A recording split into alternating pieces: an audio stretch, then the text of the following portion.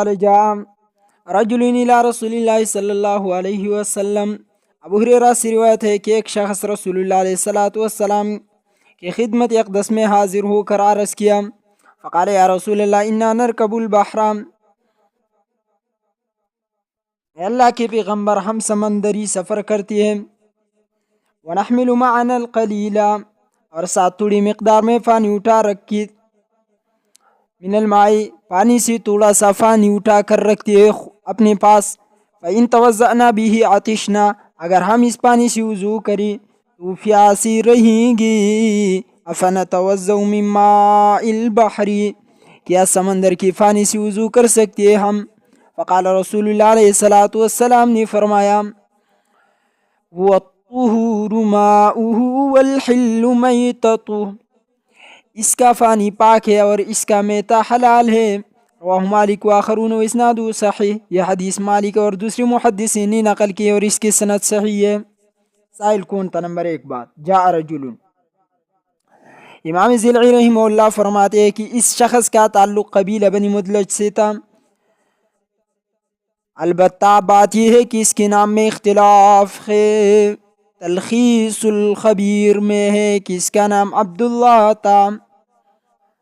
عبداللہ یا عبید اللہ، اس میں فرق ہے، کسی نے کہا کہ عبید اللہ ہے، کسی نے کہا عبداللہ ہے۔ معارف السنن میں جو قول ہے اسے یہ ہے کہ اس کا نام حمید بن صخرہ تھا، دیکھو زرقانی شرح موطا میں ایسا ہے۔ دوسرا بات اس میں یہ ہے، انا نرکب البحر، رکوب بحر یہ سمندری سفر سے کنایا ہے ایسا کہو، یا پھر عبارت میں حذف ہے اور تقدیری عبادت ایسا ہے، انا نرکب السفینہ فی البحر ونحمل معنا القلیل من الماء، یعنی ہم اپنے ساتھ تھوڑا سا پانی رکھتے جو سفر میں مشکل سی ان کی پینے کا ضرورت پورا کر سکتا، اگر اس پانی سے وضو کری جو ہم نے اپنے ساتھ رکھی ہے تو پانی ختم ہوگا اور ہم پیاسی مر جائیں گی، اس لیے اللہ کے پیغمبر، افنتوضأ من ماء البحر، کیا ہم سمندری پانی سے وضو کر سکتی ہے یا نہیں؟ سوال کیوں کیا ان لوگوں نے؟ دیکھو قرآن میں اللہ فرماتی ہے، وَأَنزَلْنَا مِنَ السَّمَاءِ مَاءً طَهُورًا، ہم نے آسمان سے صاف پانی نازل کیا ہے جس کا ذائقہ بہت اچھا، عمدہ اور لذیذ ہوتا ہے، جبکہ سمندر کا پانی کو بظاہر اس لیے پانی پر قیاس نہیں کر سکتا، آسمانی پانی پر، بارش کے پانی پر قیاس نہیں کیا جا سکتا کہ اس کا ذائقہ کڑوا اور نمکین ہوتا ہے۔ نمبر 2، سمندر کا پانی جو ہوتا ہے متغیر اللون والطعم ہوتا ہے، اس کا خوشبو اور اس کا رنگ بدل ہو سکتا ہے۔ نمبر 3، سمندر میں مختلف قسم کے حیوانات پائی جاتی ہے جو وہی پیشاب اور پاخانہ کرتی ہے اور وہی مرتی ہے۔ اس سمندر میں استحارہ، اس میں لوگ نجاست جمع کرتے ہیں پھر اس میں ڈالتی ہے، اس لیے سوال کیا انہوں نے۔ دوسرا جواب یہ ہے کہ سائل نے صرف طوفانی کی طہارت کے بارے میں سوال پوچھا تھا، حضور علیہ السلام نے ایسا نہیں کہا کہ نہیں کرو یا نہیں کرو، ایسا نہیں کہا، تفصیل سے فرمائے الحل میتۃ۔ ابھی بات ہے کہ رسول اللہ نے کیوں اتنا تفصیل کیا کہ الحل میتۃ، اس کی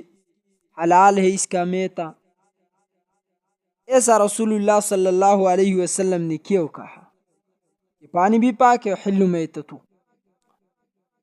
اتنا کیوں نہیں کہا کہ ہاں آپ وضو کر سکتے اس سے؟ تو